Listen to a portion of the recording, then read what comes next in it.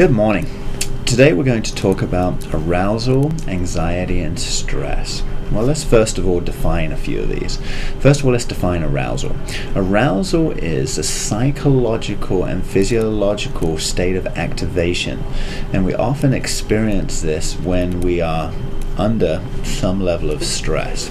So our levels of arousal can actually range on a continuum from a coma through to a frenzied state. So when we are in sleep, or when we are sleeping and resting, we are actually considered to be in a low level of arousal. Now, when we are playing sports or when we are engaged in a high level of activity, we can actually be said to be experiencing a high level of arousal. Now, let's talk about anxiety. Now, anxiety is defined as a negative emotional state brought on by apprehension, worry, or concern. Now, anxiety is generally a negative emotional state. It's hard to say, for instance, that we're having positive anxiety. So generally I want you to think of anxiety as being negative. Now, stress is a little different. Stress, it is possible to have positive stress just as it is possible to have negative stress. So we call negative stress distress, D-I-S-T-R-E-S-S. Positive stress is eustress, E-U-S-T-R-E-S-S. Now, eustress are events such as perhaps getting married or going on a date, or things that we actually look forward to but still might actually cause us some level of anxiety or some level of stress. Playing sports are often a eustressful situation. Now, a distressful situation might be these negative unwanted events that happen in our life. For instance, maybe we get into an accident on the roads, get into a car wreck, or maybe we lose a loved one who's very close to us, or we have to take a test that we haven't prepared for. These might all be distressful events. When we get injured, that is a distressful event that happens to us, which may also be an anxiety-provoking event because it is a negative situation for us. So let's go ahead and define stress. What is stress? Stress is actually a substantial imbalance between the demands of a situation, which could be psychological or physiological, and our ability to respond to those demands. So for instance, when we are sitting in a classroom about to take a test and we haven't studied for that test, well, certainly not being prepared, there's going to be a high level of anxiety. So we open up a test booklet, we look at the questions, and we realize we do not know the answers. So we are unable or incapable of responding to the demands of a situation. That then, of course, is an imbalance that causes us to experience stress. So I want you to think about stress in those times. It's a psychological or physiological imbalance, and it's our inability to meet the demands of a situation. Now, there are 4 stages in the stress process. The first stage, or stage 1, is actually the environmental demand itself. So every situation, every sporting contest has a certain situational or environmental demand. Now, stage 2 of the stress process is our perception of a demand. For instance, an athlete going to the free throw line in the last 2 seconds of a game who has to drain both free throws in order to win the competition, they may perceive that as a challenge, and they may feel that their skills are equal to satisfactorily meeting that challenge, and that might not be perceived as a very stressful event for them. Other athletes who might not have such good free throw percentages and who might not have great self-confidence may step up to the line and already be worried more about missing than actually relaxing and trying to make those shots. So their perception of demand may be very different. Now, stage 3 of the stress process is actually what we call the stress response. Now, there are many signs and symptoms of stress, which I'm sure that many of you are familiar with. For instance, higher respirations, higher heart rate, blood pressure increases, clammy hands, sweating, vomiting, nausea, diarrhea, inability to concentrate, inability to sleep, high muscle tension, increased muscle tension, frequency of urination, all of these, confusion, all of fatigue, all of these are signs and symptoms of stress. So our stress response, or stage 3 of the stress process, is how our bodies physiologically and psychologically respond to a stressful situation.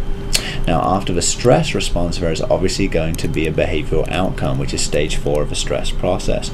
Now, the behavioral outcome, or the behavior itself, is usually going to be either positive or it's going to be negative.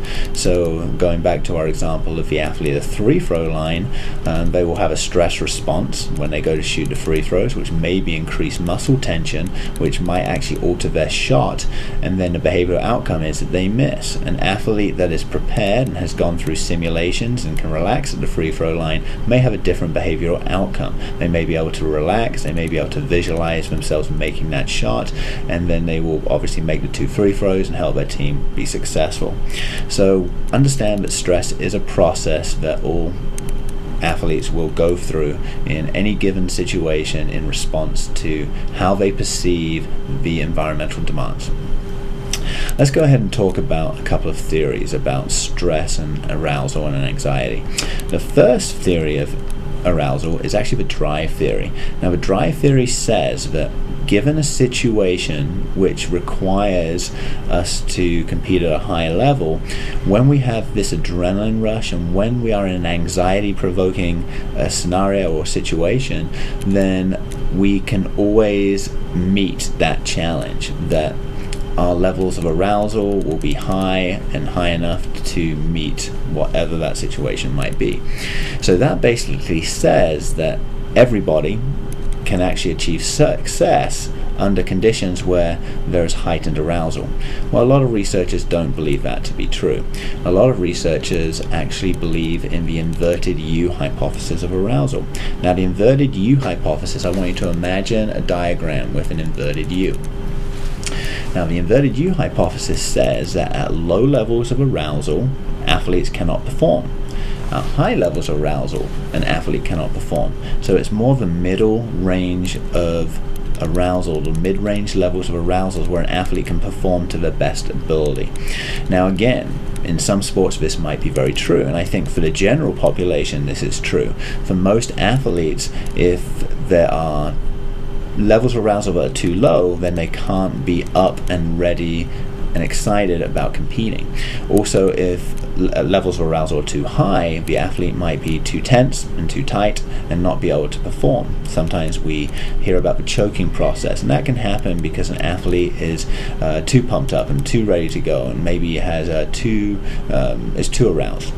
So there's a third theory, and we call these individualized zones of optimal performance. Sometimes it's called individualized zones of optimal functioning.